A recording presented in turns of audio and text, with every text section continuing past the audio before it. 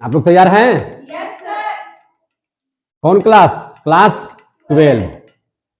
Class 12 के बच्चे हैं यहाँ पे। अब पढ़ने वाले हैं क्या चीज? केमिस्ट्री। क्या पढ़ने वाले हैं? केमिस्ट्री पढ़ने वाले हैं आप लोग।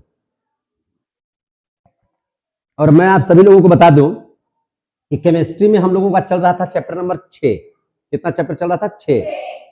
6 बोले तो तत्वों का निष्कर्षण के सिद्धांत और उसका प्रक्रम के बारे में पढ़ रहे थे हम लोग। लंबा चैप्टर है नहीं, लेकिन उसको बना रहे हैं जानबूझ करके ताकि आप लोग जो है बढ़िया से समझ सके। और आप लोग पढ़ रहे थे धातु के ऑक्साइड का धातु में अपचयन, यानी कि ऑक्सीजन को हटाना, ऑक्साइड को हटाना। उसमें पहली विधि आपने प्रगलन पढ़ लिया था बहुत अच्छे से, है कि नहीं? आपने प्रगलन बहुत अच्छे से सारा चीज को पढ़ लिया था। देख रहे हैं ना, सब प्रगलन में आप लोग पढ़े थे।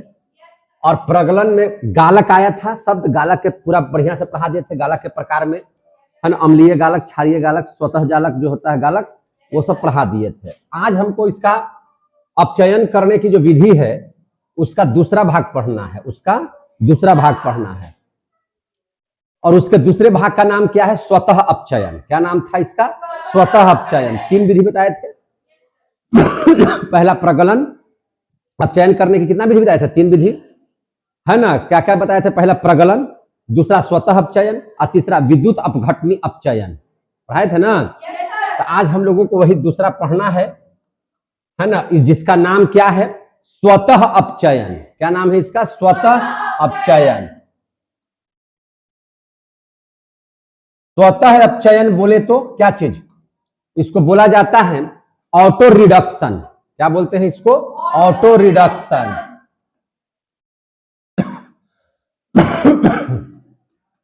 Auto reduction. आज हम इसके बारे में बढ़िया से समझेंगे। समझे कि नहीं? देखिए, इसमें वैसे धातुओं को लिया जाता है जो कम सक्रिय होते हैं।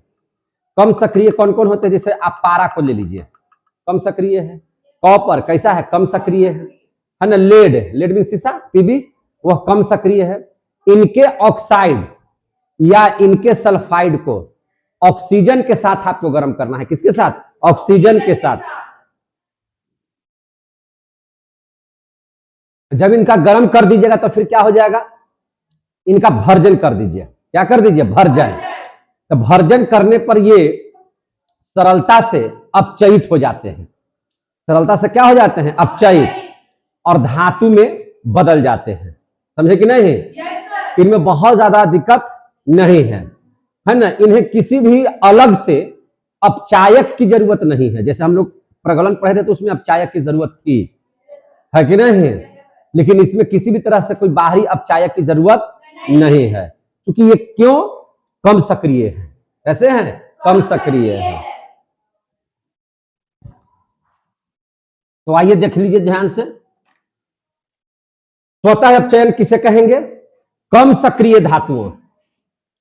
ध्यान से समझिएगा, कम सक्रिय धातुएं। कम सक्रिय धातुएं में कौन कौन धातु आ जाएगा? जैसे पारा हो गया, कॉपर हो गया, लेड हो गया, यही सब है कि नहीं? ईटीसी कर देते हैं कि और कोई होगा तो लिख दिया जाएगा। समझे कि नहीं? कि ऑक्साइड या सल्फाइड, ऑक्साइड तो मिला हुआ होगा, उसी को ना हटाना है। ऑक्साइड या सल्फाइड। अपचयन का मतलब क्या है? ऑक्साइड को हटाना। ऑक्साइड को क्या करना? हटा देना। तो ऑक्साइड का हो या सल्फाइड का हो, उसको किसके साथ गर्म करना होगा? ऑक्सीजन के साथ। किसके साथ? ऑक्सीजन के साथ। ऑक्सीजन के साथ क्या करने पर? गर्म करने पर। ऑक्सीजन के साथ है गर्म करने पर क्या होता है? गर्म करने का मतलब क्या हुआ? अर्थात भर्जन करने पर। ऐसे भी सल्फाइड गैस का हम लोग भर्जन करते हैं, पढ़ाए हैं, है ना, कि भर्जन करने पर ये सरलता से, भर्जन करने पर ये सरलता से अपचयित हो जाएंगे। क्या हो जाएंगे? अपचयित हो जाएंगे। और अपचयित हो करके क्या कर देंगे? धातु बना देंगे। है ना, अपचयित हो जाएंगे, यानी कि अपचयित होकर के धातु में बदल जाते हैं, धातु में बदल जाते हैं। हो गया, समझ में आ गया? धातु में बदल जाते हैं। क्लियर हो गया कि नहीं हो गया? और इन्हें अलग से किसी भी अपचायक की जरूरत नहीं पड़ती है। अतः इन्हें किसी भी अपचायक की आवश्यकता नहीं होती है, आवश्यकता नहीं होती है। क्लियर हो गया यहां तक? हम कुछ उदाहरण दे देते हैं, हम एग्जाम्पल कुछ दे देते हैं और उस एग्जाम्पल से समझ लेते हैं कि कैसे अपचायक की जरूरत नहीं है। ठीक है ना? ये कम क्रियाशील धातुओं के साथ स्वतः अपघटन की क्रिया हो जाती है, स्वतः मैंने अपचयन की क्रिया हो जाती है, अपघटन नहीं, स्वतः अपचयन की क्रिया हो जाती है। समझे कि नहीं? ऑक्सीजन का हटना, है ना, विद्युत ऋणात्मक तत्व का हटना, है कि नहीं, या उसके अनुपात में कमी का होना, यही सब क्या कहलाता है? रिडक्शन कहलाता है, अपचयन कहलाता है। समझ में आ रही बात ना? तो इसको ध्यान से समझेंगे। अभी आप लोग पढ़ रहे हैं बिट्टू सर के साथ क्लास 12 का, है ना, केमिस्ट्री पढ़ रहे हैं। क्या पढ़ रहे हैं? केमिस्ट्री, छठा चैप्टर पढ़ रहे हैं। अब देख लीजिए, एग्जाम्पल ले लेते हैं। एग्जाम्पल में क्या ले लेते हैं? जैसे देखिए, आप हम ले लेते हैं पारा का सल्फाइड, पारा का सल्फाइड। इसको हम लोग गर्म करते हैं। क्या करते हैं? ऑक्सीजन की उपस्थिति में क्या कर देते हैं? गर्म। तो आप सर कहिएगा कि अपचयन का मतलब तो आप हमको बताए थे कि ऑक्सीजन का हटना। अरे भैया, तो अपचयन को अंग्रेजी में क्या कहते हैं? रिडक्शन। तो आप लोग ऑक्सीडेशन और रिडक्शन पढ़े होंगे, तो न सिर्फ ऑक्सीजन का हटना बल्कि विद्युत ऋणात्मक जो तत्व है, समझे कि नहीं, उसका भी किसी धातु के साथ हटना, ऑक्सीजन का हटना रिडक्शन कहलाता है। तो ऑक्साइड का अयस्क हो या सल्फाइड का अयस्क हो, उस सब हटेगा, उसी को अपचयन कहेंगे। तो यहां से देखिए, Hg यहां एस के साथ है, और जैसे ही गर्म होगा तो आपको पता है कि दोनों अलग होगा, ये दोनों क्या हो जाएगा? अलग। तो यहाँ Hg धातु अलग हो जाएगा। Hg धातु हो गया कि नहीं हो गया? एस इसके साथ आ जाएगा और क्या बना देगा? SO2। आई क्या हो जाएगा? उड़ जाएगा, क्योंकि यह एक गैस है। यह क्या है? एक गैस है। उड़ गया कि नहीं उड़ गया? आप देख लीजिए, ये पहला उदाहरण था। हम दूसरा उदाहरण भी दिखाते हैं आप लोगों को। दूसरा उदाहरण क्या है? जैसे आप ले लेते हैं कॉपर का सल्फाइड। क्या ले लिए? कॉपर का सल्फाइड ले लिए। आप इसको किसके साथ अपचयन करा दिए? माने गर्म करा दिए ऑक्सीजन के साथ, है ना, इसका रिएक्शन करवा दिए। तो क्या हो गया, है ना? अब यहां पे देखिए क्या हो जाएगा सर, इसका एक ऑक्सीजन लेकर के कॉपर ऑक्साइड बना देगा। यह क्या बना देगा? कॉपर ऑक्साइड बना दिया। क्या बना दिया? Copper oxide. और यहां पे SO2 है, वो गैस बनकर के क्या हो गया? उड़ गया। समझ में आ गई बात है? अब इसको यहां ले आइए, कॉपर ऑक्साइड यहां बना हुआ है, हमको तो कॉपर निकालना है, धातु निकालना है। तो फिर इसका हम लोग फिर इसका क्या करेंगे? तो फिर इसको हम लोग गर्म करेंगे, है ना, यानी कि इसके साथ देखिए, देखिए ध्यान से, एसवा है, कॉपर का सल्फाइड है, समझे कि नहीं? तो कॉपर के सल्फाइड के साथ फिर इसको हम लोग क्या कर देंगे? गर्म कर देंगे, इस चीजवा को गर्म कर देंगे। तो अब यहां से जो कॉपर कॉपर है एक हो जाएगा और कॉपर शुद्ध माने कॉपर धातु के रूप में प्राप्त होगा। अभी पूर्णतः जो धातु निकल रहा है शुद्ध नहीं है। जब तक शोधन नहीं करेंगे, प्यूरिफिकेशन नहीं करेंगे, है कि नहीं, तब तक वह बहुत ज्यादा शुद्ध नहीं होगा। और उसको शुद्ध करने के लिए सबसे बिजोड़ विधि है कि विद्युत अपघटनी अपचयन कर दीजिए। क्या कर दीजिए? माने शोधन कर दीजिए। क्या कर दीजिए? शोधन कर दीजिए। समझे कि नहीं? शोधन में जाकर के शुद्ध धातु की प्राप्ति होगा। अभी जो धातु है ये पूर्णतः शुद्ध नहीं है, लेकिन धातु की प्राप्ति हमको हो रही है, धातु की प्राप्ति हमको हो रही है। समझे कि नहीं? आइए यहाँ पे क्या हो जाएगा? उड़ जाएगा। तो इस तरह से आप देख सकते हैं कि रिएक्शन होता है और अपचयन की प्रक्रिया होती है। अपचयन का मतलब है सल्फाइड या ऑक्साइड का हटना। मूल रूप से ज्यादातर हम लोगों को ऑक्सीजन का ही हटाना, यानी कि ऑक्साइड का हटाना ही अपचयन कहलाता है। समझ में आ गई बात? अब हम लोग तीसरा चीज देख लेंगे, स्वतः अपचयन के बाद विद्युत अपघटनी अपचयन।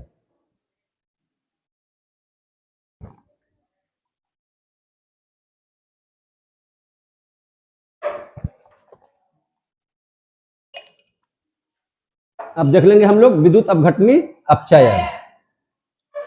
तो तीसरा पॉइंट हो जाएगा क्या चीज? विद्युत अपघटनी अपचयन।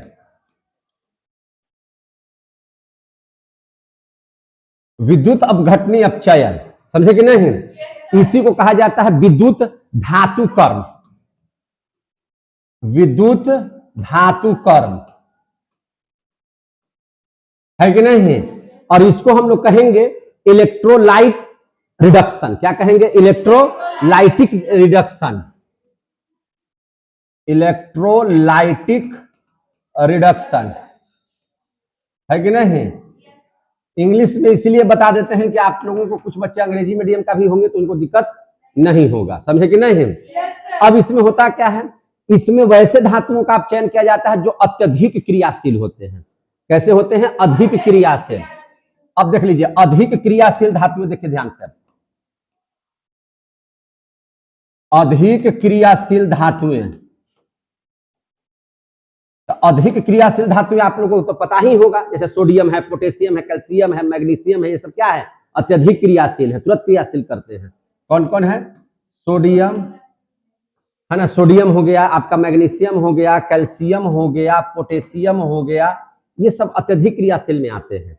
तो इन सबों के ऑक्साइड, इन सबों के ऑक्साइड है ना, चूंकि ये ऑक्साइड तो बन ही गया है, क्योंकि तीसरा प्रक्रम में ऑक्साइड था, ये तो हम लोग आ जाएंगे तो अब चयन करेंगे, यानी कि ऑक्साइड को हटा देंगे हम लोग, है कि नहीं? तो इसके ऑक्साइड हो या हाइड्रा ऑक्साइड हो, क्या हो? हाइड्रा ऑक्साइड, या क्लोराइड हो, या इस सब का क्या हो? क्लोराइड हो, को गलित रूप में, किस रूप में? गलित रूप में। ऐसे नहीं, इस सब को कैसा रूप में? गलित रूप में। हम लोग क्या करते हैं? इलेक्ट्रोड लगा करके, चूंकि हम लोग विद्युत अपघटनी का काम कर रहे हैं और विद्युत अपघटनी में आपको इलेक्ट्रोड रखना पड़ेगा। आपको जो है इस तरह से एक पात्र बनाना होगा, समझे कि नहीं? इस पात्र में जो है एक हम लोगों को छड़ रखना होगा धनात्मक, एक मिनट, एक छड़ रखना होगा हम लोगों को ऋणात्मक। एक छड़ होगा धनात्मक और एक छड़ होगा कैसा? ऋणात्मक। समझ में आ रही है बात? और इसमें हम लोगों को जैसे मान के चलिए कि विलियन बनाना होगा, जिसका इलेक्ट्रोड लीजिएगा उसी का विलियन हम लोगों को अंदर में तैयार रखना होगा। ये पढ़ाए हैं आप लोगों को, विद्युत अपघटनी विधि में हम पढ़ाए हैं। तो एक मान के चलिए कि प्लस है, ये वाला क्या है? माइनस है, और निश्चित है कि ये जुड़ा हुआ रहेगा इस तरह से, है कि नहीं? ऐसे जुड़ा हुआ रहता है, बड़का वाला प्लस और छोटका वाला माइनस कहलाता है, तो इससे जुड़ा हुआ रहता है, समझे कि नहीं? अब ये जो विलियन है, इस विलियन में Na प्लस Cl माइनस है। तो आपको एक चीज का ध्यान होना चाहिए कि जो क्लोरीन आयन है, क्लोरीन जो आयन है जिस पर नेगेटिव चार्ज है, वह किधर भागेगा? पॉजिटिव की ओर। ये कहां जमा हो जाएगा? पॉजिटिव की ओर। और जो सोडियम है वह जमा होगा किस पर? नेगेटिव की ओर, यानी कि कैथोड पर। ये हो गया एनोड पर, ये हो गया क्या चीज पर? कैथोड पर। क्लियर हो गया? समझ में आया कि नहीं आया? तो वही बात लिखवा रहे हैं कि अधिक क्रियाशील धातुएं जैसे ये सब के ऑक्साइड हो, हाइड्रा ऑक्साइड हो, क्लोराइड को गलित रूप में, किस रूप में? गलित रूप में, है ना, इलेक्ट्रोड लगा करके, क्या चीज लगा करके? इलेक्ट्रोड, है कि नहीं? क्या लगा करके? तो इलेक्ट्रोड लगा करके उनमें विद्युत धारा प्रवाहित करते हैं। उनमें क्या करते हैं? विद्युत धारा प्रवाहित करते हैं। समझ में आ रहा होगा अभी, है ना? विद्युत धारा प्रवाहित करते हैं। तो जैसे ही आप विद्युत धारा प्रवाहित कीजिएगा तो प्रवाहित करने पर कैथोड पर, अब देखिए यहाँ पे ये जो धातु है सोडियम, हमको तो धातु निकालना है, हमको धातु निकालना है, उसका ऑक्साइड को तो हटाना है, उसका हाइड्रोक्साइड को हटाना है, उसका क्लोराइड को हटा देना है, हटाना है ना? हमको धातु निकालना है। तो ये धातुआ कहां जमा हो रहा है? कैथोड पर। इन्हें कहां जमा हो रहा है? कैथोड पर। सीधी सी बात है। तो प्रवाहित जैसे ही कीजिएगा तो कैथोड पर, है कि नहीं, कैथोड पर शुद्ध धातु प्राप्त हो जाएगा। कैथोड पर क्या हो जाएगा? शुद्ध धातु क्या हो जाएगा? प्रवाहित होने लगेगा, प्रवाहित होने लगते हैं। आ गया समझ में? शुद्ध धातु हम लोगों को क्या हो जाएगा? प्रवाहित होने लगेगा। जैसे आप NaCl का ले लीजिए, NaCl का आपने क्या किया? वैद्युत अपघटन। क्या किया? वैद्युत अपघटन। जब हम इसका वैद्युत अपघटन किए हम, तो वैद्युत अपघटन करने के बाद हमको आयन की प्राप्ति हुई Na+Cl-। आपने क्या देखा एनोड पर, क्या देखा? तो भैया एनोड पर जो है Cl जमा हो गया। क्या जमा हो गया? Cl। तो Cl जमा हो रहा है ना, Cl है ना, Cl जमा हो रहा है एनोड पर, Cl जमा हो रहा है, जमा हो रहा है कि नहीं जमा हो रहा है? और ये क्या बना दे रहा है? क्लोराइड या क्लोरीन गैस। और क्लोरीन गैस खत्म है कि नहीं? क्लोरीन गैस क्या हो गया? खत्म। और वही कैथोड पर आप देखिए क्या हो रहा है। तो कैथोड पर आप देख रहे हैं कि सोडियम है। क्या है? सोडियम। सोडियम आयन बन गया और आयन है प्लस, तो निश्चित है कि एक इलेक्ट्रॉन का ही क्या कर देगा? त्याग। एक इलेक्ट्रॉन का ही क्या कर दिया? त्याग। एक इलेक्ट्रॉन को हटा दिया। हटाने के बाद यहाँ पे क्या बन गया? धातु। क्या बन गया? धातु। तो हमको तो यही धातु निकालना था, है कि नहीं? आप अपचयन करके क्या प्राप्त कर रहे थे? धातु। धातु निकला कि नहीं निकला? तो क्या ये धातु जो निकला ये शुद्ध धातु है पूर्ण रूपे ना? नहीं है धातु, लेकिन पूर्ण रूपे ना शुद्ध नहीं है। पूर्ण रूपे ना नहीं, यानी कि कुछ मात्रा में शुद्ध है लेकिन पूर्ण रूपे ना शुद्ध नहीं। तो पूर्ण रूप से शुद्ध करने के लिए हम लोग शोधन करेंगे, परिष्करण करेंगे। इसी को अंग्रेजी में बोलते हैं प्यूरिफिकेशन। क्या बोलते हैं? प्यूरिफिकेशन। या उसी को आप बोल सकते हैं दूसरी भाषा में रिफाइन। रिफाइन में क्या करते हैं? शुद्ध करते हैं। तो रिफाइनिंग करेंगे हम इसका, समझे कि नहीं? क्या है? तो जो शुद्ध धातु है हमको बढ़िया से प्राप्त हो जाए। क्लियर हो गया? जोर से बोलिए। चलिए तो अब हम लोग देख लेते हैं आगे, है ना, शोधन। क्या देख लेते हैं? शोधन। आपको शोधन नहीं बोलने आ रहा है तो बोलिए परिष्करण। अब इसको ऐसे नहीं बोलने आ रहा है तो बोलिए प्यूरिफिकेशन। क्या बोलिएगा? प्यूरिफिकेशन। अब प्यूरिफिकेशन नहीं कहने आ रहा है तो आप कहिए रिफाइनिंग। क्या कहिएगा? रिफाइनिंग। अब तो समझ में आ गया होगा कि हमको क्या करना है। रिफाइन क्यों किया जाता है, प्यूरिफिकेशन क्यों किया जाता है। प्यूरिफिकेशन माने शुद्धिकरण, उसी को बोलते हैं शोधन। उसी को क्या बोलते हैं? शोधन। अब आ रहा है समझ में? तो धातु हमको मिला लेकिन पूर्ण रूप में शुद्ध नहीं है, तो इसको शुद्ध करने के लिए एक विधि नहीं है, इसको शुद्ध करने के लिए लगभग 8 विधि है। कितना विधि है? 8 विधि। तो हमको 8 विधि पढ़ना पड़ेगा। क्या करना पड़ेगा? 8 विधि पढ़ना पड़ेगा। तो आपने जो धातु कर्म किया, धातु कर्म शुद्ध प्राप्ति के लिए किया था, तो धातु कर्म के सभी पदों का प्रयोग करने के बाद, धातु कर्म के सभी पदों का, सब हम लोग शुरू से पढ़ रहे थे, सब पद पढ़ रहे थे। सांद्रण किए, है कि नहीं? सांद्रण किए। सांद्रण के बाद आपने क्या किया? तो सांद्रण के बाद आप उसको ऑक्साइड में बदले। ऑक्साइड के बाद आपने क्या किया? अपचयन किया, है ना। उसके लिए एल्यूमिनियम आरेख वगैरह का भी निर्माण किया। और अब हम लोग जाकर के कर रहे हैं शुद्धिकरण, है कि नहीं, यानी कि शोधन कर रहे हैं। तो धातु कर्म के सभी पदों का प्रयोग करने के बाद, पदों का देखिए, पदों का प्रयोग करने के बाद, प्रयोग करने के बाद, समझ में आ रही है बात? सभी पदों का प्रयोग करने के बाद भी प्राप्त होने वाली, भी प्राप्त होने वाली, है ना, प्राप्त होने वाली, है कि नहीं, धातु पूर्ण रूप से शुद्ध नहीं होता है। धातु पूर्ण रूप से शुद्ध नहीं होता है, शुद्ध नहीं होता है। इसको चालू कीजिए ना। पूर्ण रूप से शुद्ध नहीं होता है, इसको चालू कर दीजिए। पूर्ण रूप से शुद्ध नहीं होता है, समझ में आ गई बात है? अब देख लीजिए ध्यान से। तो पूर्ण बोला नहीं, उगर बगल उगर बगल उगर बगल, हाँ हाँ, पूर्ण रूप से शुद्ध नहीं होता है, समझ में आ गई बात ना? तो हम लोग क्या करते हैं? तो अतः, ध्यान दीजिए, समझिए, अतः अपचयन से प्राप्त धातु का, अपचयन से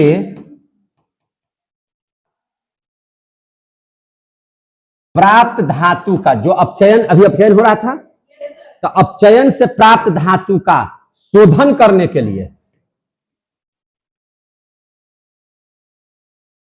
शोधन करने के लिए, है कि नहीं, शोधन करने के लिए निम्नलिखित विधियों का प्रयोग करते हैं। निम्नलिखित विधियों का प्रयोग करते हैं। अब आ रहा है समझ में? निम्नलिखित विधियों का प्रयोग करते हैं। अब देख लीजिए आपने क्या क्या काम किया था, इसको याद है आप लोगों को? तो एक बार याद दिला देते हैं। कैसे याद दिलाते? देखिए, सबसे पहले आप जो धातु लिए थे, हमको धातु की प्राप्ति करना है। क्या करना है? धातु की प्राप्ति करना है। हम लोगों को मूल रूप से जो चैप्टर पढ़ रहे हैं उसमें किसी न किसी धातु को प्राप्त करना है, और वह धातु कहां मिलेगा? तो खनिज में मिलेगा। किसमें मिलेगा? खनिज में। इसको समझते जाइए बढ़िया से। कहां मिलेगा? खनिज में। खनिज में भी किस खनिज में लेना है? अयस्क से, मतलब जो सबसे कम, मतलब सस्ता, कम और बढ़िया धातु की प्राप्ति की जा सके, कम खर्च में आसानी से प्राप्त करे। तो खनिज में भी कैसा खनिज? जो अयस्क हो। जो कैसा है? अयस्क है, यानी कि बढ़िया अयस्क। यानी कि क्या चीज? बढ़िया अयस्क। आपने उस अयस्क से क्या किया?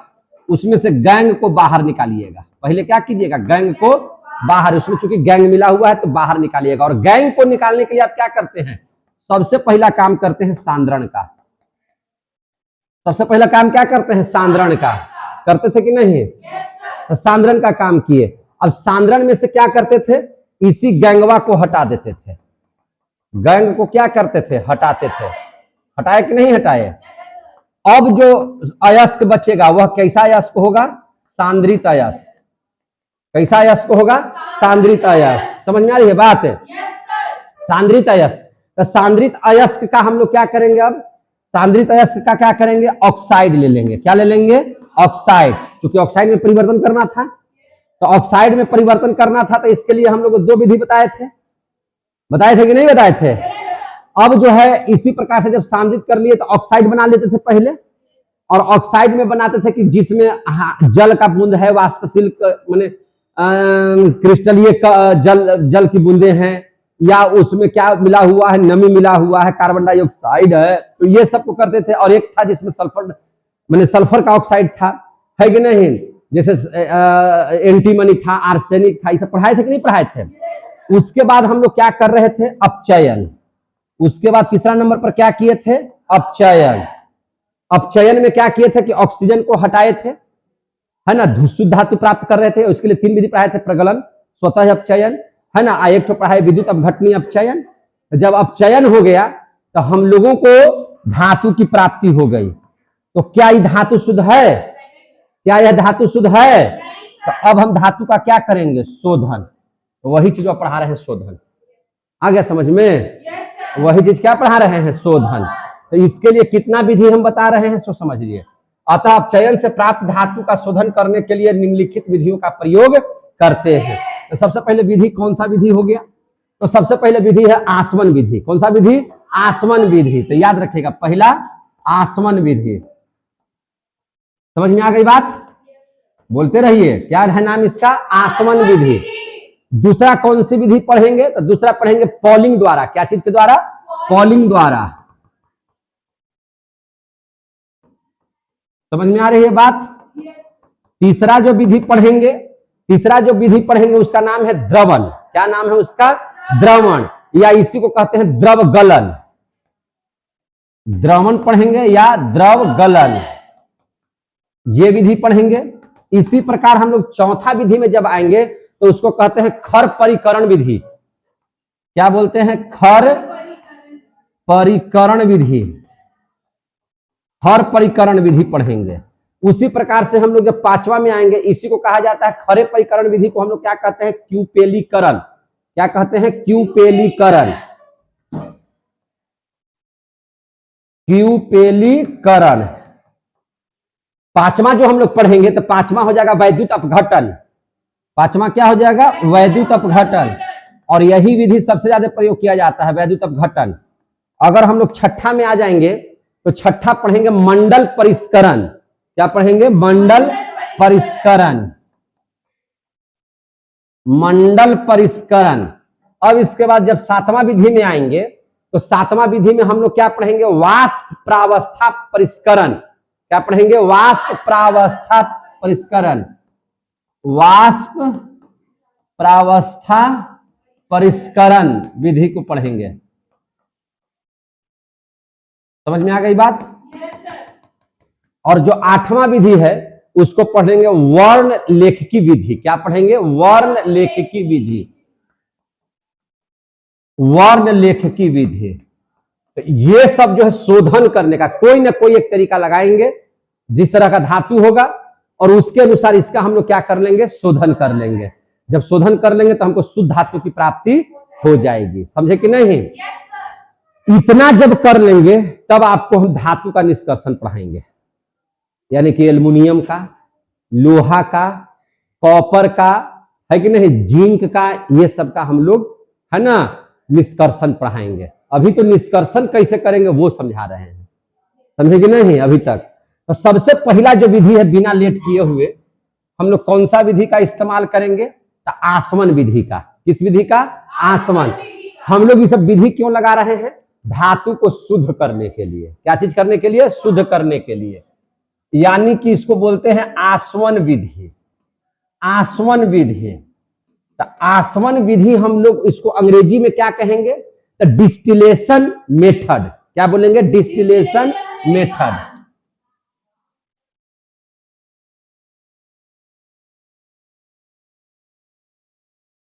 इसी को बोलते हैं आसवन विधि। आसवन विधि में हम लोग किन किन धातुओं का प्रयोग मैंने शुद्ध करेंगे, किन किन धातुओं का शोध करेंगे, समझे कि नहीं।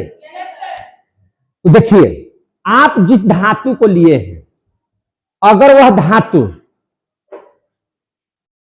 को ध्यान समझिए, यह विधि उन धातुओं के शुद्धिकरण के लिए लगाई जाती है जो वाष्पशील होते हैं।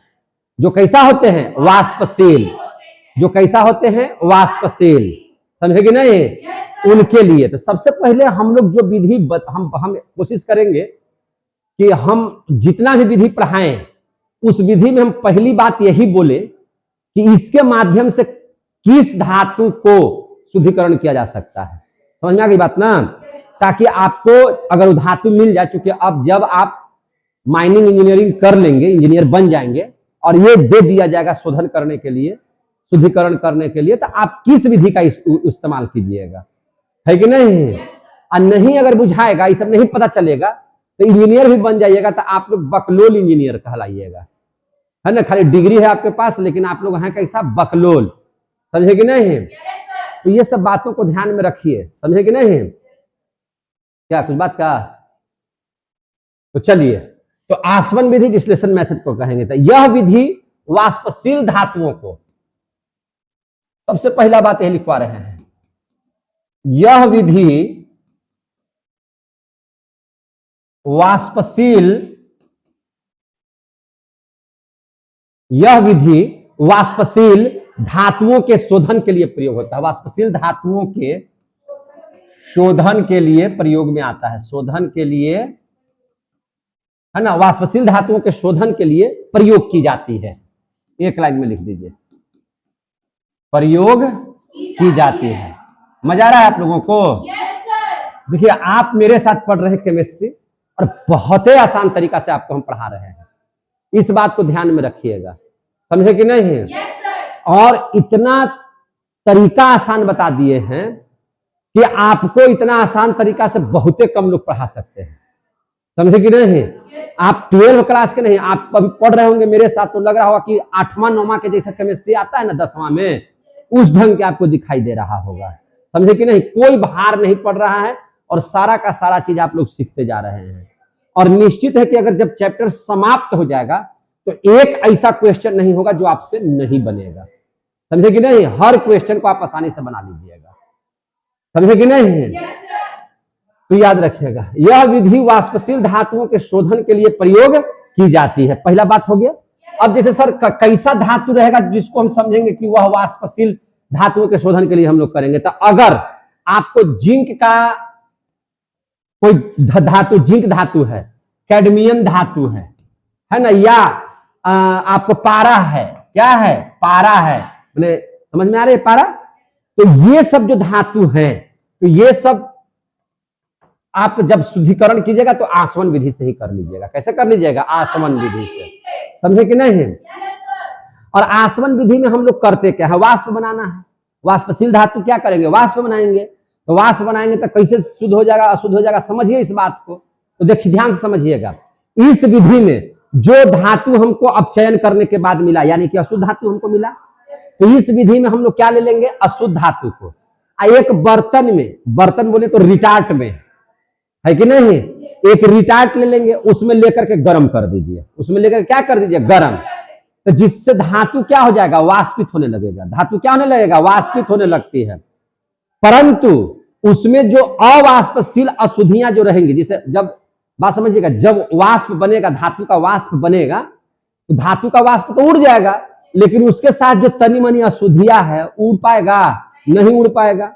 और उसको एक पात्र में रख लीजिएगा, जैसे जो वाष्प बनाइएगा उसको दूसरे पात्र में उस हवा को लेकर चले जाना है, ठीक है ना। और इधर जो बच जाएगा, जब अशुद्धि वाष्प बनेगा नहीं तो अशुद्धियां आपको जस्ट तस नीचे रह जाएगा, है ना, अशुद्धि वाष्प नहीं बनेगा। और बाकी जो आपका धातु है वह वाष्प बन करके क्या हो जाएगा, दूसरे बर्तन में चल जाएगा। समझे कि नहीं? तो इस प्रकार से हम लोग क्या देखे कि वाष्प, और फिर क्या कीजिएगा, जो वाष्पित धातु है उसको संघनित कर दीजिए। वाष्प का ठंडा करने पर द्रव में परिवर्तन या ठोस में परिवर्तन जो हम लोग करते हैं, तो उसी को हम लोग संघनन करते हैं। जैसे द्रव को जब ठंडा कीजिएगा तो फ्रीज हो जाएगा, लेकिन जब वाष्प को ठंडा करके आप क्या बना लीजिएगा, द्रव बना लीजिए, संघनन कहते हैं। तो उसको फिर संघनित कर करके, ठंडा कर करके उसको आप प्राप्त कर लीजिए। समझे कि नहीं? अब अशुद्धि तो आपका यहीं पे रह गया। इसी विधि को कहते हैं आसवन विधि। समझ में आ गई बात? बहुत भारी है, तो कैसे लिखेंगे इसको, कैसे समझेंगे, यही बतिया को आप लिख दीजिए कि इस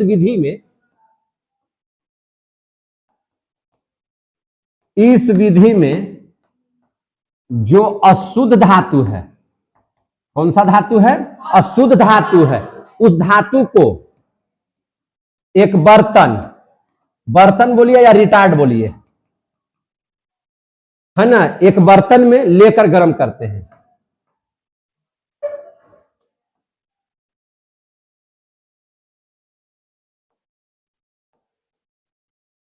एक बर्तन में लेकर के क्या करते हैं, गर्म करते हैं, जिससे धातु वाष्पित होने लगती है।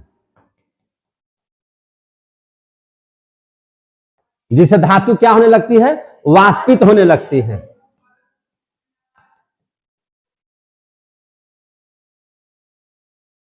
जिससे धातु क्या होने लगती है, वाष्पित होने लगती है। कोई दिक्कत यहां तक? परंतु उसमें उपस्थित अशुद्धियां, है ना, परंतु उसमें उपस्थित, है ना, उपस्थित अवाष्पशील अशुद्धियां, ठीक है ना, जो वाष्प नहीं बन सकती हैं, परंतु उसमें उपस्थित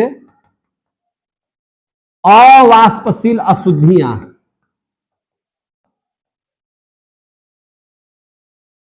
अवाष्पशील अशुद्धियां, समझ में आ रही है बात? अवाष्पशील अशुद्धियां बर्तन में ही रह जाती है, बर्तन में ही रह जाती हैं। यहां तक क्लियर हो गया? बर्तन में ही क्या हो जाती है, रह जाती हैं। समझे कि नहीं? बर्तन में ही रह जाती हैं। अब देख लीजिए क्या करेंगे, जो वाष्पित कर दिए धातु, तो जो वाष्पित धातु है उसको संघनित्र द्वारा,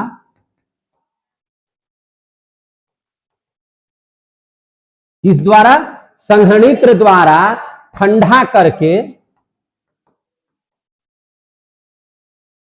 है ना, उसको क्या कर दीजिए, ठंडा कर दीजिए और द्रवित कर लेते हैं। ठंडा करके क्या कर लेते हैं, द्रवित कर लेते हैं, द्रवित कर लेते हैं। समझे कि नहीं? अब लोहा को कीजिएगा आसवन विधि से, जल्दी से पिघलेगा, वाष्प बनेगा, उसका पिघल भी नहीं करेगा तो वाष्प क्या बनेगा। तो आपको वैसा ही ना धातु लेना है जो वाष्प बन जाए। तो ये सब धातु अगर रहेगा तो इसका वाष्प बना करके आप लोग जो है इसको संघनन कर करके फिर से द्रव में रूप में प्राप्त कर लीजिए धातु को। और अशुद्धियां जो है इससे रह जाएगा, वाष्प बन करके उड़ जाएगा और अशुद्धि रह जाएगा नीचे। क्लियर हो गया कि नहीं हो गया? तो ये पहली विधि आसवन विधि आप लोगों ने पढ़ लिया। 8 विधि में पहली विधि आप लोगों ने पढ़ लिया। अब दूसरी विधि क्या था, पॉलिंग द्वारा। तब समझ में आ जाएगा, कोई दिक्कत नहीं है कि नहीं। पॉलिंग द्वारा, इसको लिखेंगे बाई पॉलिंग।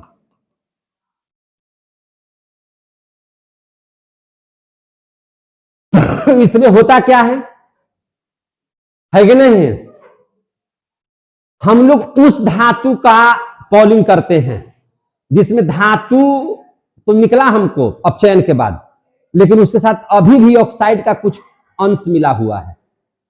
समझे कि नहीं? अभी भी पूर्ण रूप में तो शुद्ध हुआ नहीं है अपचयन में। अगर पूर्ण रूप में शुद्ध हो जाता तो फिर शोधन काला करते, यानी कि उसमें कुछ न कुछ अशुद्धि है, लेकिन कैसा अशुद्धि उसमें होना चाहिए, तो वह अशुद्धि ऑक्साइड के रूप में होना चाहिए। किस रूप में होना चाहिए? ऑक्साइड के रूप में। समझे कि नहीं? तो हम लोग इसमें करेंगे क्या चीज? तो सबसे पहले तो आप जान गए कि जिस अयस्क में, जिस धातु में अभी भी ऑक्साइड है, तो उसका हम लोग शोधन पॉलिंग विधि द्वारा करेंगे। कैसे करेंगे? पॉलिंग विधि द्वारा। ये तो हो गया। जो वाष्प बनने लायक होगा उसको आसवन विधि के द्वारा, जिसमें ऑक्साइड होगा उसको पॉलिंग विधि के द्वारा। समझ में आ गई बात? तो इस विधि में सर्वप्रथम हम लोग करते क्या है, तो अशुद्ध धातु को एक बर्तन में लेकर के या भट्ठी में लेकर के, भट्ठी में उसको गर्म कर देते हैं। क्या कर देते हैं? भट्ठी में गर्म कर देते हैं। आज जिससे क्या होता है, धातु पूरा पिघल जाएगा। गर्म करने पर धातु क्या हो जाएगा? पिघल जाएगा। समझ में आ रही है बात? धातु क्या हो जाएगा? पिघल जाता है। अब देखिए ध्यान से, अब हम लोग उसको एक लकड़ी का नहीं रहता है बल्ला टाइप का, मैंने जो लकड़ी है ना इस टाइप का गोल गोल, तो उस लकड़ी की बल्ली को मैंने हम लोग क्या करते हैं? हिलाते हैं, यानी कि उसको चलाते हैं। उसमें क्या करते हैं? उसको चलाते हैं। तो लकड़ी से जो निकलता है जो गैस जिसका नाम है मीथेन CH4 गैस है ना, उसको हिलाएंगे डुलाएंगे तो क्या हो जाएगा? लकड़ी में से निकलेगा ना जी। तो लकड़ी से निकलने वाला जो गैस है धातु के ऑक्साइड को छीन लेगा। ओकरा में जो ऑक्साइडवा होगा ना उसको अपने साथ मिला लेगा। उसको क्या कर लेगा? अपने साथ मिला लेगा। तो अपने साथ मिला लिया, तो ऑक्साइड को मिला लिया अपने साथ, तो ऑक्साइड खत्म हुआ कि नहीं हुआ? खत्म। तो पूर्ण रूप में ना उस तरह से ऑक्साइड क्या हो जाता है? खत्म। तो इसमें ऐसा हम लोग किस अयस्क के लिए करते हैं? तो कॉपर के लिए करते हैं। किसके लिए करते हैं? कॉपर के लिए। समझे कि नहीं? और कॉपर का जब आपको शुद्धिकरण होगा तो पॉलिंग विधि द्वारा कर लगाइएगा। समझ में आई बात? तो चलिए, उसको कैसे हूं, आपको ऑक्साइड का होगा तो ऑक्साइड को हटा देना है। तो इसमें पॉलिंग किसका होगा? तो वैसे धातु जिसमें ऑक्साइड का कुछ न कुछ अंश है। समझ में आ गया बात? तो इस विधि का प्रयोग, इस विधि का प्रयोग उन धातुओं के शोधन में होता है, उन धातुओं के शोधन में प्रयोग करते हैं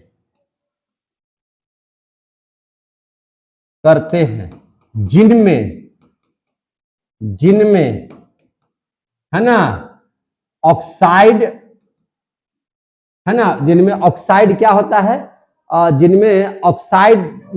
जिनमें धातु ऑक्साइड के रूप में रहता है, जिनमें धातु ऑक्साइड के रूप में रहता है। क्या जी? रूप में होता है। अरे अपनी भाषा में लिख देना है और क्या क्या करना है, समझेगी नहीं? जिनमें धातु का क्या होता है? ऑक्साइड के रूप में होता है। क्या करते हैं हम लोग इस विधि में? सर्वप्रथम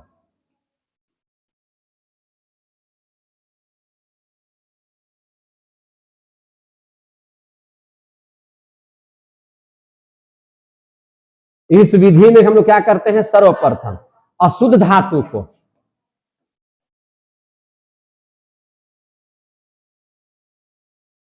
धातु को, एक बर्तन या कहिए ना भट्ठी, आ गया, बड़ा बड़ा बर्तन होगा है ना, या एक भट्ठी आप ले लीजिए। समझेगी नहीं? तो एक भट्ठी में क्या कर देते हैं? गरम करते हैं।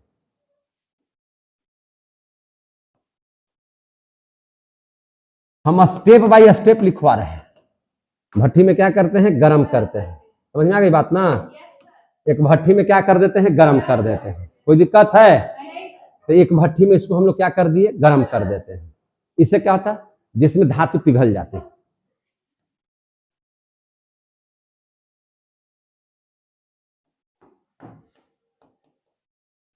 जिसमें धातु क्या हो जाती है?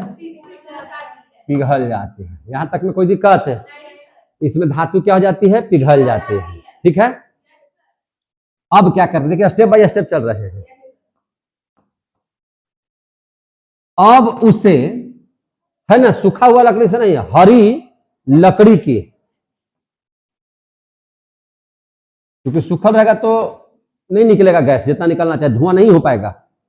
समझे? उसको हमको धुआं करना है तो हरा लकड़ी उसको जलबो करेगा तो धुआं खाई देगा वो, है ना? है तो अब उसे क्या करेंगे? हरी लकड़ी की बल्ली से क्या करेंगे? हिलाते हैं। जो भटिया में है ना अथिया करल, उसको हिलाना है। ठीक है ना? जो धातु है उसको हिलाते रहना है। बल्ली से हिलाते हैं या बोलिए कि चलाते हैं। यही ना काम करेंगे। इससे क्या होता है फायदा? लकड़ी से निकलने वाली गैस जिसका नाम क्या है, CH4, क्या नाम है, CH4 गैस, धातु के ऑक्साइड, है ना, धातु के ऑक्साइड, है ना, धातु के ऑक्साइड से ऑक्सीजन को छीन लेता है। क्या कर लेता है? छीन लेता है। ऑक्सीजन को क्या करता है? छीन लेता है। समझ में आ रही है बात? कोई है क्या? धातु के ऑक्साइड से ऑक्सीजन को क्या कर लेता है? छीन लेता है। तो इसलिए जो धातु है ना, ऑक्साइड से ऑक्सीजन अलग करती है ना, इसलिए धातु, है ना, इसलिए धातु ऑक्साइड से, है ना, किसको? ऑक्सीजन को क्या कर देती है? अलग हो जाती है। ऑक्सीजन अलग हो जाती है कि नहीं? ऑक्सीजन क्या हो गया? अलग हो जाता है, तथा हमें शुद्ध धातु मिल जाता है, तथा हमें शुद्ध धातु मिल जाता है। बहुत भारी है क्या? शुद्ध धातु हमको क्या हो जाता है? मिल जाता है। एग्जाम्पल के तौर में इसको किसको रखेंगे? तो अभी हम बताए थे फफोलादार कॉपर में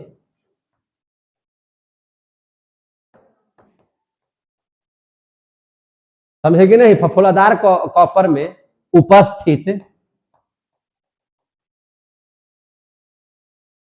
कॉपर का जो ऑक्साइड है ना, क्यूप्रस ऑक्साइड है कि नहीं, कॉपर का जो ऑक्साइड है उसका कॉपर में बदलना। क्या चीज में बदलना? कॉपर में अपचयन करना। कॉपर में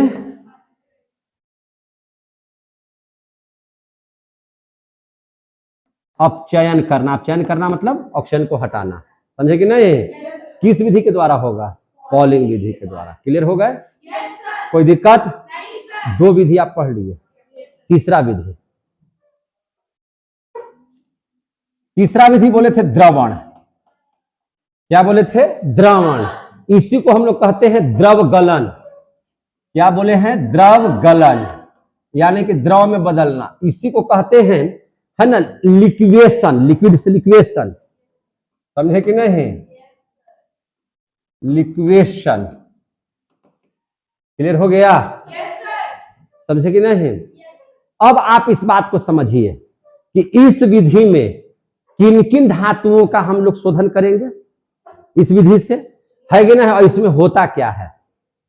देखिए, तो आप कान खोल करके दिमाग लगा करके एक बार सुन लीजिए ध्यान से। इस विधि में सरलता से द्रवित हो जाने वाले, जो वैसा धातु जो सरलता से द्रवित हो जाए, गर्म कीजिए और द्रव में बदल जाए। समझे कि नहीं? तो इस विधि में सरलता से द्रवित होने वाले धातुओं का शोधन करते हैं। पहला लाइन में खत्म।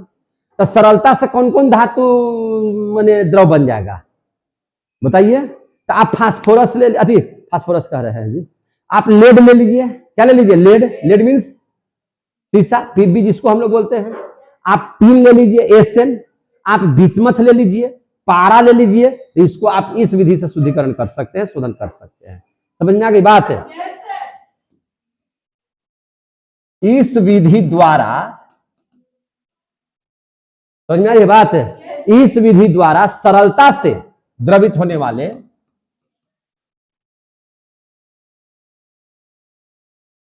जो आसानी से द्रवित होने वाली जो धातु हैं उनके लिए कर रहे हैं।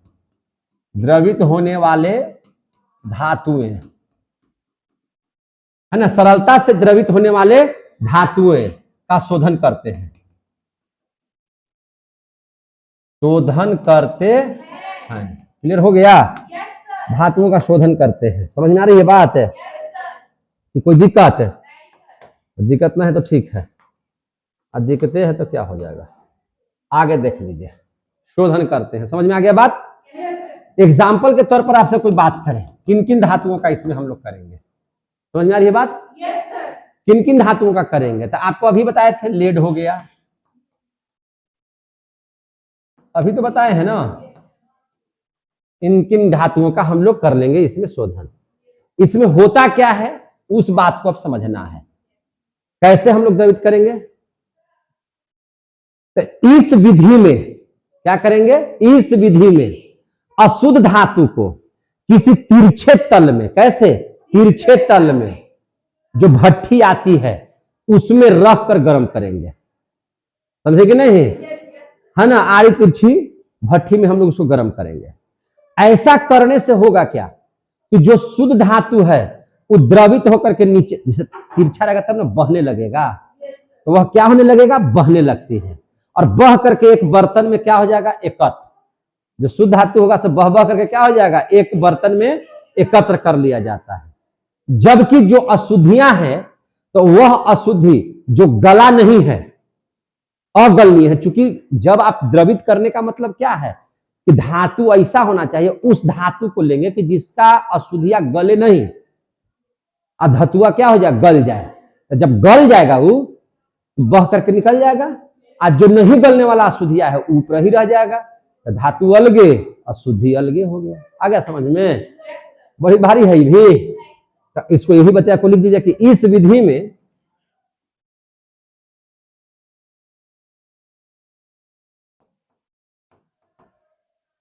है कि नहीं, इस विधि में अशुद्ध धातु को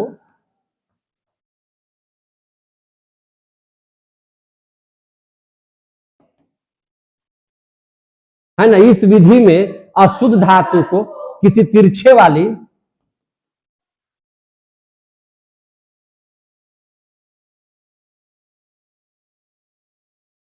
भट्ठी में रख कर, है ना, गरम करते हैं। क्या करते हैं, गरम करते हैं। क्लियर हो गया। अब क्या करेंगे, ऐसा करने से शुद्ध धातु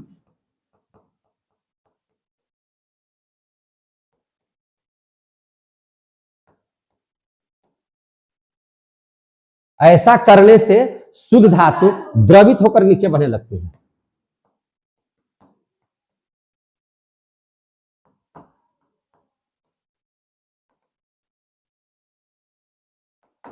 द्रवित होकर के कहां बहने लगती है, नीचे बहने लगती है। समझ में आ रहा है बात है, जिसे एक बर्तन में एकत्र कर लिया जाता है।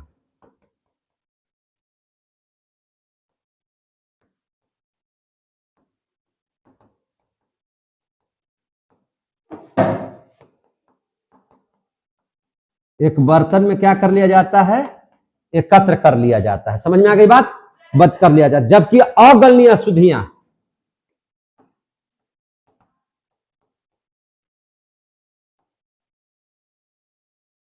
अगलनीय जो अशुद्धियां हैं, जो गला नहीं है अशुद्धि, वो अगलनीय अशुद्धियां पीछे ही रह जाती हैं, पीछे ही रह जाती हैं। आ गया समझ में, क्लियर हो गया। द्रवण द्रव गलन, कहीं से कोई दिक्कत हो रहा है तो बताइए। चौथी विधि जो पढ़ेंगे, जो चौथी विधि होगा उसको हम लोग क्या करेंगे, खर, है ना, क्या बताए थे हम लोग, खर परिकरण विधि। खर परिकरण इसको बोलते, इसको क्या बोलते हैं, खर परिकरण। क्या बोलते हैं, खर परिकरण। इसी को हम लोग बोले थे क्यूपेलीकरण। क्या बताए थे इसको, क्यूपेलीकरण। ये अंग्रेजी नाम है क्यूपेलीकरण, है कि नहीं। क्यूपेलीकरण क्या है, अंग्रेजी नाम हो गया, समझे कि नहीं। अंग्रेजी में इसको क्या बोलेंगे, तो इसको आप लोग बोल दीजिए क्या चीज, क्यूपेलेशन। क्या बोलिएगा, क्यूपेलेशन। समझ में आई बात है। यह हो गया हमारा चौथी विधि। क्या विधि हो गया, चौथी विधि। अब आपसे पूछा जाएगा सर इस विधि में हम लोग किस धातु का करेंगे, इस विधि से शोधन करेंगे किसको, तो ध्यान से समझिए, देखिएगा इसमें, है ना, जब किसी धातु में, जब किसी धातु में जो धातु है ना, जब किसी धातु में कोई धातु है अपेक्षाकृत शीघ्रता से, है ना, अपेक्षाकृत शीघ्रता से ऑक्सीकृत होने वाली अशुद्धियां, समझे कि नहीं, ऑक्सीकृत होने वाली अशुद्धियां उपस्थित होती हैं, तो हम लोग इसी विधि का प्रयोग करते हैं, समझे कि नहीं। तो हम लोग इस बात को लिख देते हैं कि इस विधि में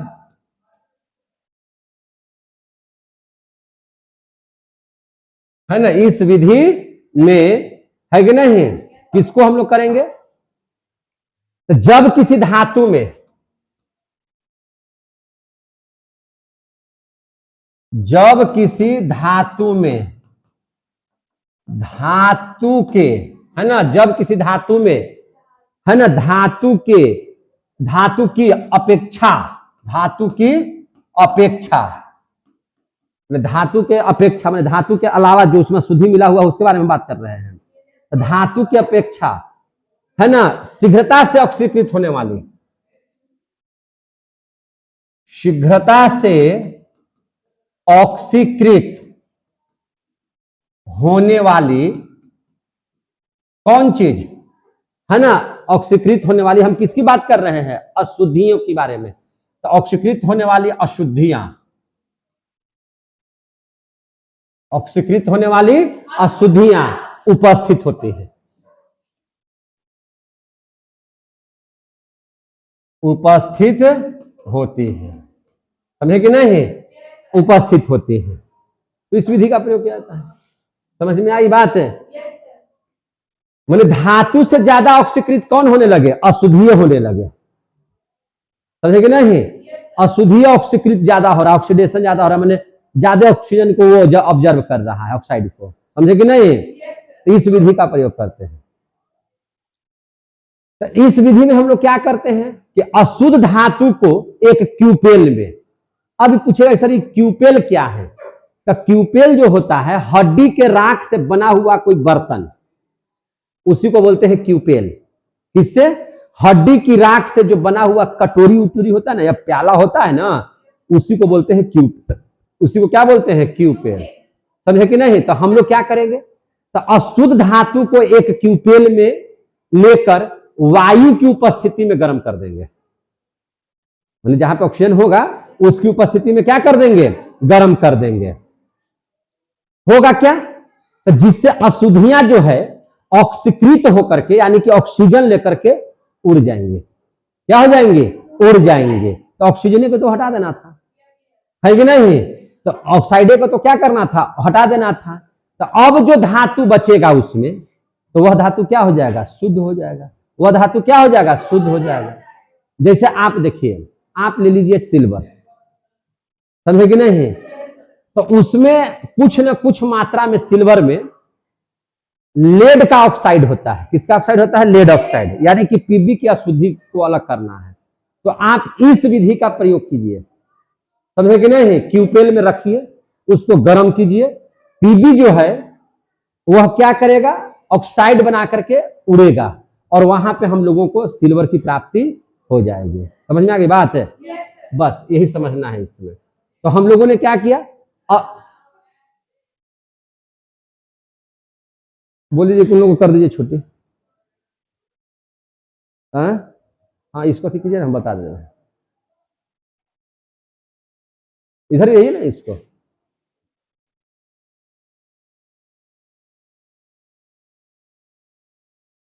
चलिए देखिए ध्यान से, अब आप लोग उपस्थित होता है, यहां तक तो क्लियर हो गया था, कोई दिक्कत है।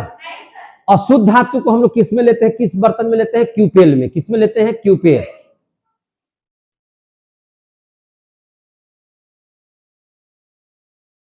अशुद्ध धातु को क्यूपेल, क्यूपेल क्या होता है, हड्डी से बना हुआ, हड्डी की राख से बना हुआ कटोरी, हड्डी के राख से बना हुआ बर्तन या कटोरी, बोलिए ना, बना हुआ बर्तन, कटोरी, प्याला, कुछ भी बोलिए, है कि नहीं, ऐसे कोई दिक्कत है। अशुद्ध धातु को क्यूपेल, हम यहाँ पे पढ़ेंगे, ये तो समझाने के लिए लिख दिए थे, ठीक है ना। तो अशुद्ध धातु को हम लोग क्या करेंगे, एक क्यूपेल में लेकर, इसीलिए इसका नाम क्यूपेलीकरण है, ठीक है ना। क्यूपेल में लेकर वायु की उपस्थिति में गर्म करते हैं, वायु की उपस्थिति में गर्म करते हैं। वायु की उपस्थिति में हम लोग क्या करते हैं? गर्म करते हैं। गर्म करने से क्या हो जाता है? तो अशुद्धियां ऑक्सीकृत होकर के उड़ जाती हैं। अशुद्धियां ऑक्सीकृत होकर, कैसे? तो अशुद्धियां ऑक्सीकृत होकर के उड़ जाती हैं, उड़ जाती हैं और शुद्ध धातु प्राप्त हो जाता है और शुद्ध धातु शेष बचती है। शुद्ध धातु क्या हो जाती है? शेष बचती है। समझे कि नहीं? एग्जाम्पल के तौर पर हम लोग यहां बता देते हैं कि Ag है ना, क्या है? Ag से Pb की अशुद्धि,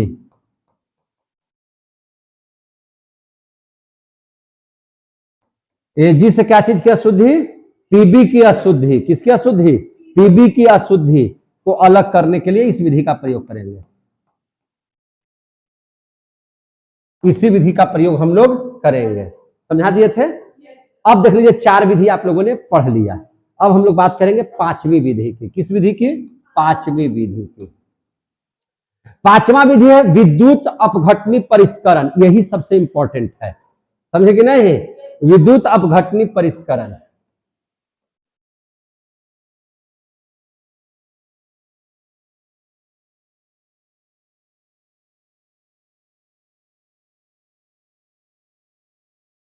विद्युत अपघटनी परिष्करण या इसी को बोला जाता है वैद्युत अपघटन। क्या बोला जाता है? वैद्युत अपघटन। समझ में आ रहा है बात? या इसी को हम लोग क्या बोलते हैं? Electrolytic refining.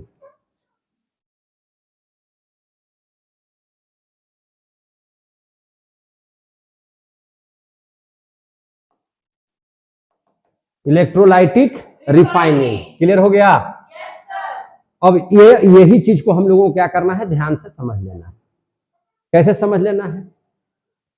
और इसी का इस्तेमाल हम लोग ज्यादा करेंगे, माने जिसका जिसका निष्कर्षण हम धातु का करेंगे उसमें इसका इस्तेमाल शोधन के लिए ज्यादा करेंगे। एक पात्र ले लेना है, ले लिए? एक क्या ले लिए हम लोग? पात्र ले लिए। इसमें जो धातु, यानी कि इसमें 2 इलेक्ट्रोड ले लेंगे। क्या ले लेंगे? 2 इलेक्ट्रोड। एक इलेक्ट्रोड है, एक इलेक्ट्रोड कैसा ले लेंगे? हाँ बोलिए ना, बोलिए ना। हाँ, 2 इलेक्ट्रोड ले लेंगे। समझे कि नहीं? इलेक्ट्रोड जो ले लेंगे, एक तो चौड़ा लेंगे, वो पतला लेंगे। एक कैसा ले लेंगे? चौड़ा। एक ले लेंगे कैसा? पतला। देख रहे हैं ना?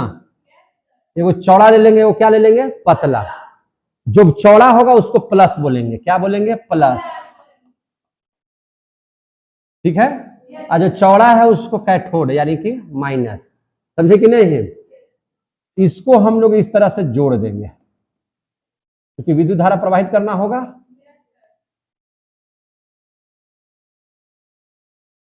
प्लस माइनस, प्लस माइनस, है ना?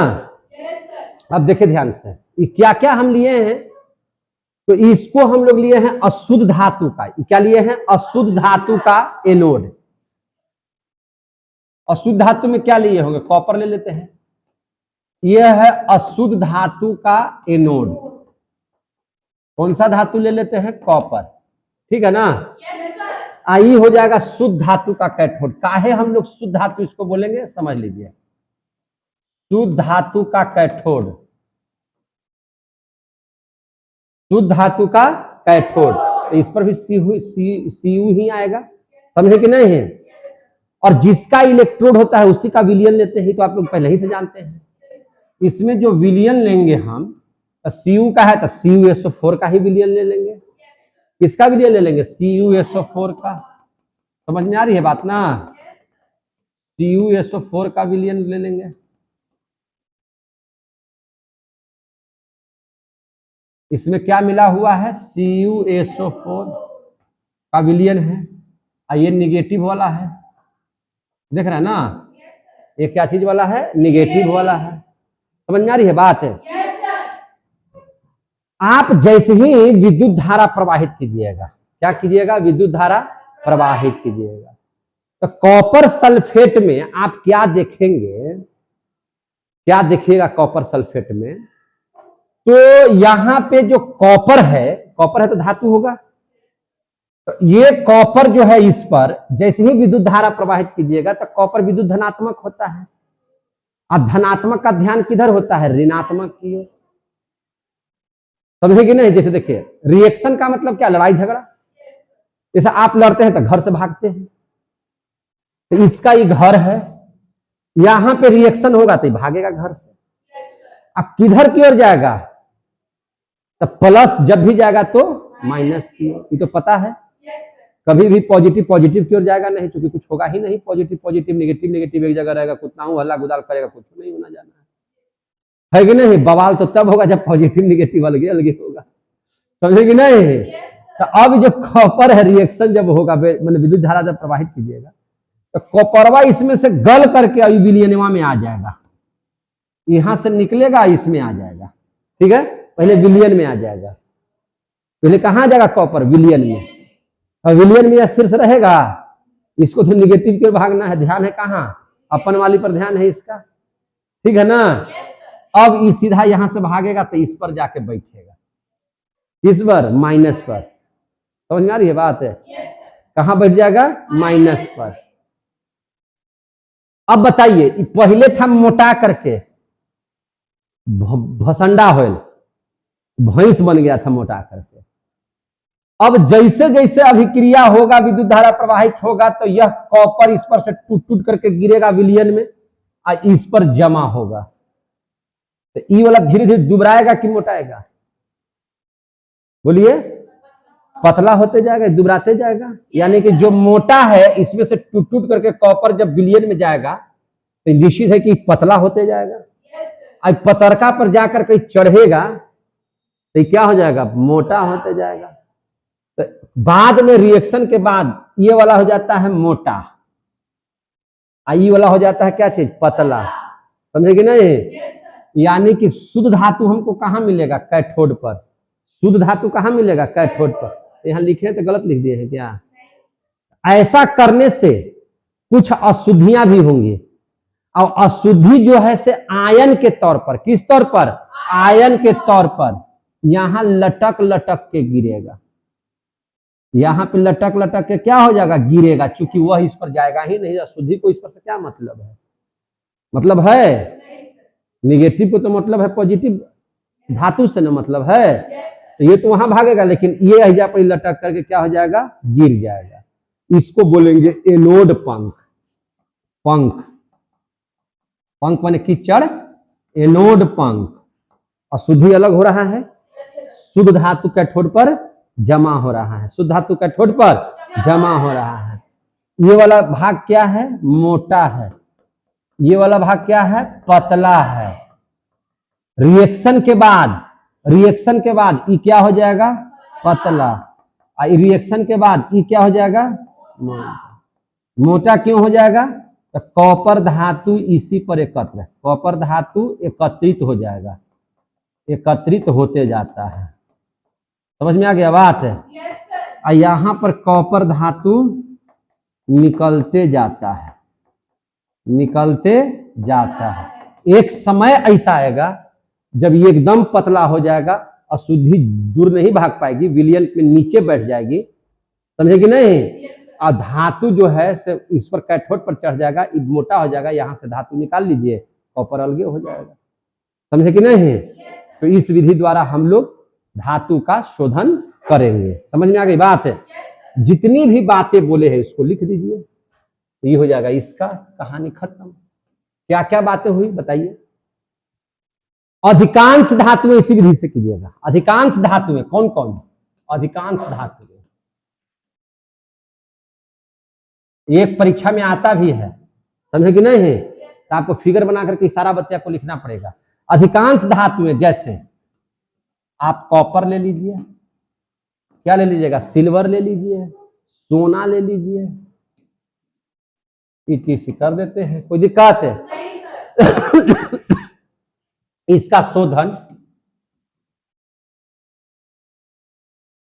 इसी विधि से किया जाता है, इसी विधि से किया जाता है। क्लियर हो गया ना? इसी विधि से किया जाता है। पहली बात समझ में आ गई कि नहीं समझ में आ गई?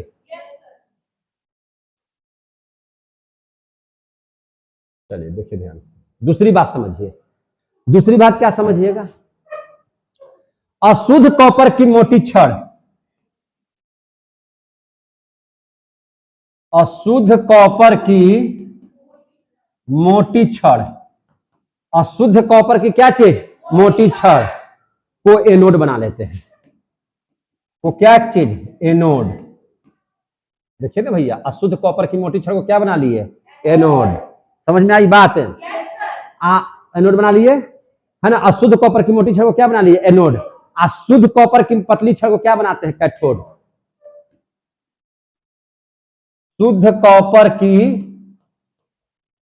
पतली छड़ को कैथोड, पतली छड़ को क्या बना लेते हैं? कैथोड। समझ में आ रहा है बात? बनाते हैं। यहां तक की बात में कोई दिक्कत?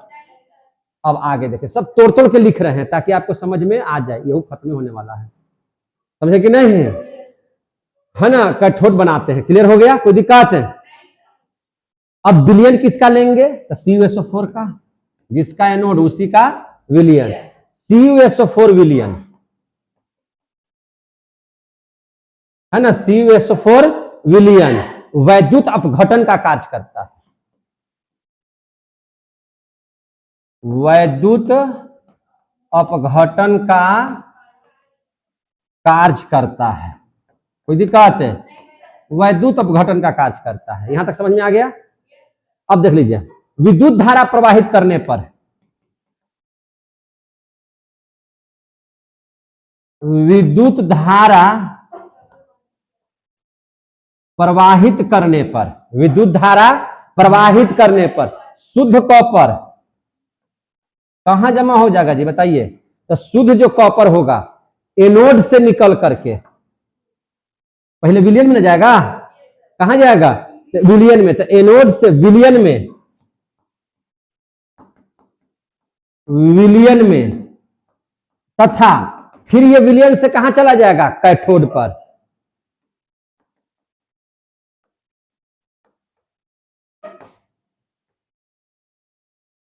विलियन से कहां चला जाएगा? कैथोड पर, है ना, बढ़ने लगता है।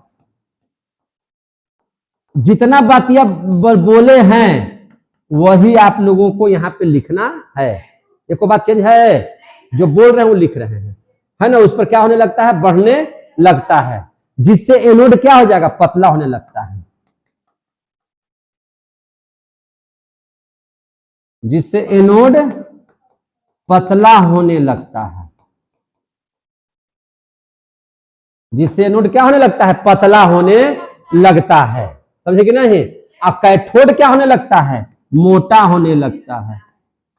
कैथोड मोटा होने लगता है। कोई दिक्कत है तो बोल दीजिए। कैथोड मोटा होने लगता है। अशुद्धियां अर्थात, तब इसको जिसको एनोड पंख कहे हैं, समझे कि नहीं? तो अशुद्धियां कम क्रियाशील धातुएं होती हैं। कैसी होती हैं? कम क्रियाशील।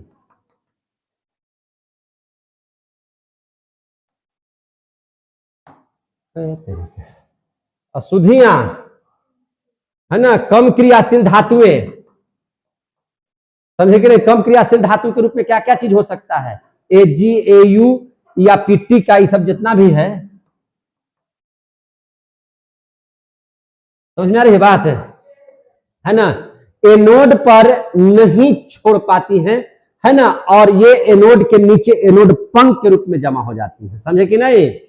अशुद्धियां अर्थात कम क्रियाशील जो धातुएं हैं, है ना, ये सब एनोड पर नहीं रह पाती हैं, एनोड पर इलेक्ट्रॉन नहीं छोड़ पाती है। समझे कि नहीं? और नहीं अगर इलेक्ट्रॉन छोड़ेगा तो उस पर रहेगा भी नहीं, नीचे गिर जाएगा, है कि नहीं? तो ईटीसी क्या हो जाता है? एनोड पर इलेक्ट्रॉन जो है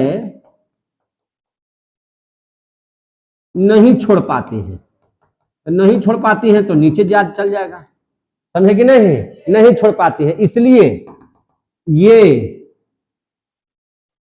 है ना एनोड के नीचे, कहा एनोड के नीचे, किस रूप में, एनोड पंख, पंख माने कीचड़ है ना, एनोड पंख के रूप में एकत्र होती है, एनोड पंख के रूप में एकत्र होती है।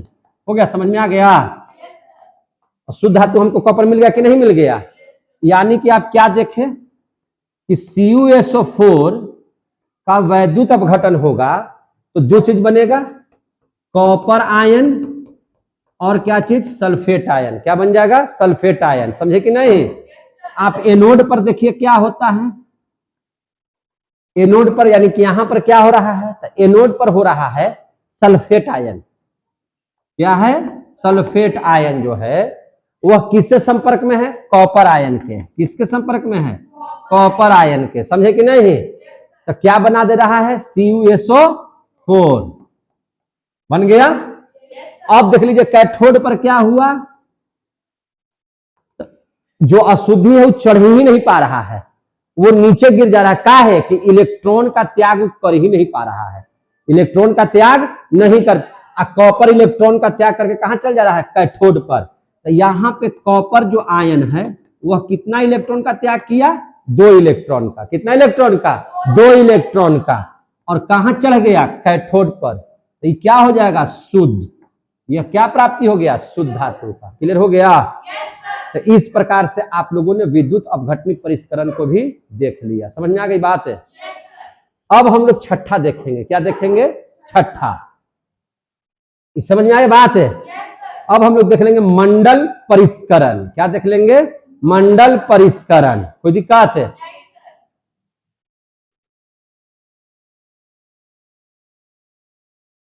मंडल परिष्करण,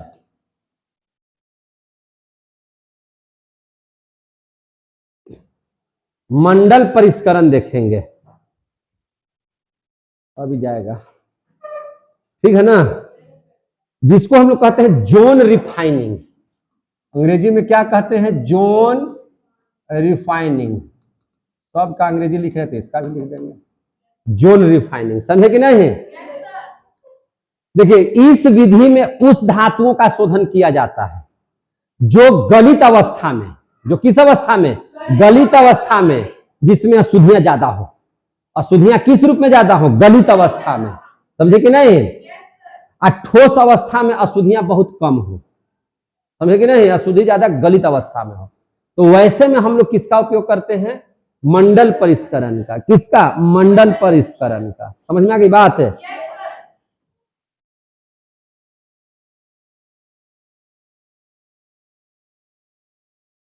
तो इस विधि द्वारा ऐसे धातुओं का शोधन किया जाता है